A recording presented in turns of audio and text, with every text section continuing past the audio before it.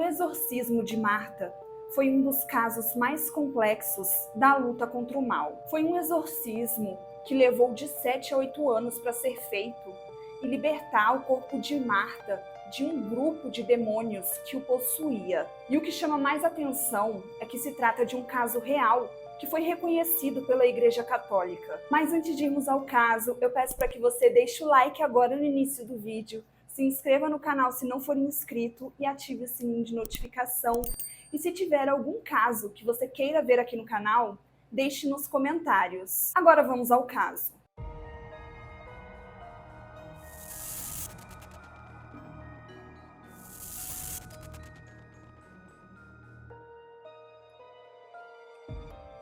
Apesar de ser um caso real, eu não vou conseguir trazer datas e locais exatos, porque a Igreja Católica impõe um sigilo rigoroso em seus exorcismos. A Igreja adota protocolos rigorosos quando se tratam de possessões demoníacas para evitar escândalos. Então, o próprio nome Marta, que é utilizado nesse caso, é fictício. Mas por se tratar de um caso que teve uma grande repercussão na mídia, nós conseguimos trazer algumas informações aqui para vocês. O período de cerca de 8 anos, do qual iremos falar, começa mais precisamente nos anos 2000 e aconteceu na Espanha com a figura do padre José Forteia. José Forteia era um padre que atuava numa província do interior da Espanha. Era mais um dia comum para um sacerdote que cuidava de sua comunidade, até que o telefone tocou. Naquele momento, o destino do padre se cruzou com uma das situações mais difíceis que teria que enfrentar em sua vida dedicada à igreja. José recebeu a ligação de uma mulher que suplicava por ajuda. Ela estava convicta de que sua filha Marta estava possuída por demônios. E José Forteia já era um padre relativamente conhecido na região por combater possessões demoníacas. Segundo o padre, a mãe disse que o estopim para o contato foi quando ela entrou na sala e viu a sua filha levitando. Foi ali que ela soube que a menina não precisaria de um tratamento médico, mas sim de um exorcismo. O padre foi ao encontro de Marta para conhecê-la e ver se aquele era realmente um caso de possessão. O caso de Marta já tinha passado por médicos comuns, mas a sua mãe se negava a passar por um psiquiatra.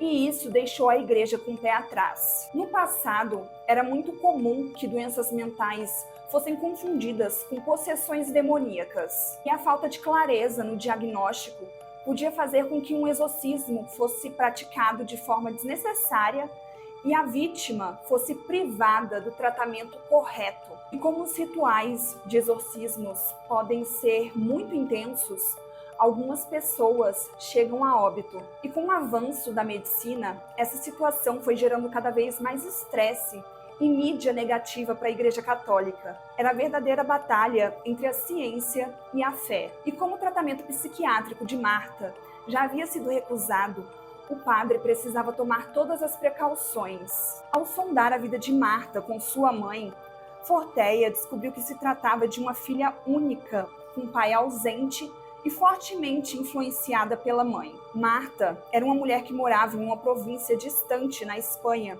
longe dos centros urbanos. Alguns dizem que ela estava terminando os estudos e outros que ela estava no início da faculdade.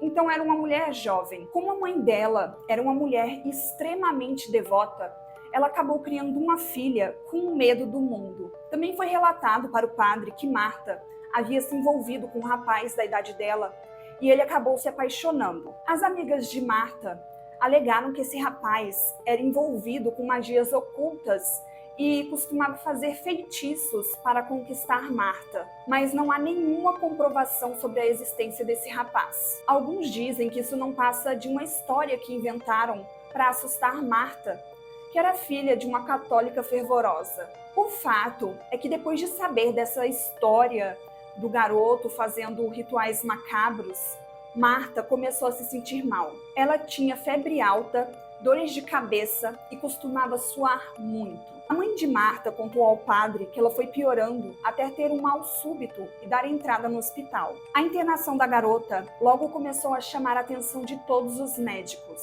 Ela ficou cerca de 11 dias entre a vida e a morte, sem uma condição médica que explicasse o porquê de ela estar daquele jeito. Sua mãe disse ao padre que rezou todos os 11 dias pela filha. Já os médicos não conseguiram chegar ao consenso do que estava causando aquele quadro grave de Marta. Ela estava em um estado de coma profundo, mas os seus olhos não fechavam. E após todo esse tempo no hospital, Marta simplesmente despertou do coma e foi para casa como se nada tivesse acontecido. A mãe acreditava que a melhora da filha era resultado de suas preces fervorosas. E ela acreditou que a partir dali, tudo voltaria ao normal. Mas infelizmente, para a menina e para a mãe, aquilo era só o começo. Assim que Marta foi para casa, sua mãe começou a perceber eventos sobrenaturais na residência. Ela tentou ignorar no começo, mas no fundo, ela sabia que tinha alguma coisa ruim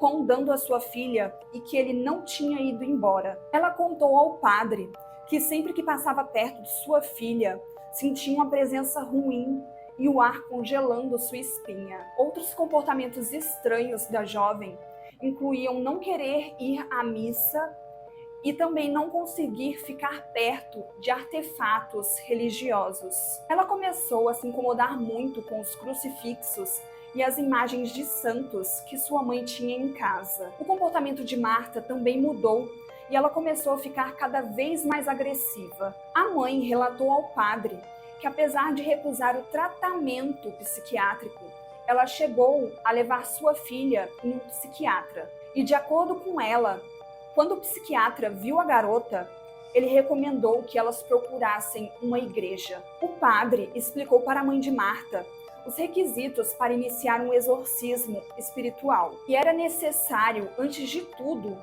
descartar qualquer possibilidade de doença mental. E como Forteia conhecia o psiquiatra que atendeu a mãe de Marta, ele decidiu continuar com aquela entrevista. Assim que o padre começou a entrevistar Marta, ele reparou que não parecia ter nada anormal. Não tinha nenhum sinal de possessão ali, mas ele ficou desconfiado e resolveu começar umas rezas de invocação e as coisas começaram a ficar macabras. Marta começou a mudar sua fisionomia e se contorcer enquanto ele proferia palavras sagradas. E a partir daí, o padre montou uma equipe e instalou Marta em um local específico para iniciar o exorcismo. Forteia sabia que não seria fácil, mas também não imaginava que estava diante de um dos casos de possessão mais difíceis que enfrentaria. Era um caso de possessão do mais alto grau. Os rituais de exorcismos foram acontecendo rigorosamente ao longo de 4 anos. E por volta de 2004 e 2005, a mídia descobriu que havia um caso de exorcismo que perdurava anos e começou a ir atrás de Marta. Foi quando o padre temeu que a repercussão pudesse abalar todo o progresso que ele já havia feito. Jornalistas começaram a procurar pelo padre, programas de TV em toda a Espanha falavam sobre o exorcismo e psiquiatras condenavam o ritual. Forteia estava sendo fortemente descredibilizado e a igreja estava incomodada com o barulho que a mídia estava fazendo. O padre começou a ir em entrevistas, rebater as críticas e dizer que, além da mãe e da igreja terem autorizado, profissionais da área da saúde também acompanhavam o processo. Ele afirmou que toda a assistência era dada a Marta, mas que ela estava possuída por uma força muito poderosa. A Igreja Católica decidiu intervir e levar o caso para uma investigação detalhada no Vaticano. Exorcistas do mais alto escalão assistiram às fitas produzidas por Forteia e entrevistaram incansavelmente todos os envolvidos. Por fim, a igreja confirmou que estava convicta de se tratar de uma possessão demoníaca. Uma das provas mais contundentes para a igreja era o fato de que Marta conseguia falar e escrever em línguas mortas, consideradas muito antigas. O padrão de manifestação demoníacas nela tinha algumas diferenças em relação a outros casos. O fato é que o aval da igreja fez com que desse mais credibilidade ao caso, mas também fez com que a mídia se interessasse ainda mais. Com o aumento do assédio e o medo de perder o controle da situação, o padre Forteia decidiu continuar as sessões dentro da igreja. E ele resolveu deixar a mídia participar e até gravar algumas sessões para desmistificar a visão hollywoodiana que a sociedade tem do exorcismo. Os médicos também foram convidados para acompanhar e ficaram assustados com a situação física de Marta, que estava muito fragilizada, porque as sessões eram muito demoradas e debilitavam a menina fisicamente. O que chamava muito a atenção dos psiquiatras também era que quando Marta recobrava a consciência, ela parecia ter plena noção do que estava acontecendo. Ela sabia que estava passando por um exorcismo e tinha muita fé no padre Forteia. Depois de longos 5 anos, as atividades demoníacas começaram a melhorar. O padre identificou cerca de 7 demônios dentro de Marta. Então ele passou a realizar o exorcismo individual de cada demônio, mas tinha um em especial que se recusava a ir embora. Forteia chegou a acreditar que esse demônio era o próprio Lúcifer. Um dia, durante uma sessão, Forteia chegou a questionar o porquê daquele último demônio se recusar a ir embora, e ele obteve uma resposta. Marta, possuída, escreveu em uma folha de papel: "Eles precisam saber." Quando o padre questionou, o demônio falou através de Marta que aquela possessão estava acontecendo com autorização divina. E é claro que o padre ficou completamente chocado. O demônio disse que o objetivo era que as pessoas soubessem que o mal existe. E em seguida, Marta escreveu o nome de São Miguel Arcanjo e se libertou de vez da possessão. Desde então, Marta não apresentou mais nenhum sinal de possessão e, de acordo com o Vaticano, ela é uma católica fervorosa. O padre José Forteia se transformou em um dos mais famosos exorcistas do mundo e escreveu diversos livros, incluindo sobre a possessão de Marta, e dá palestras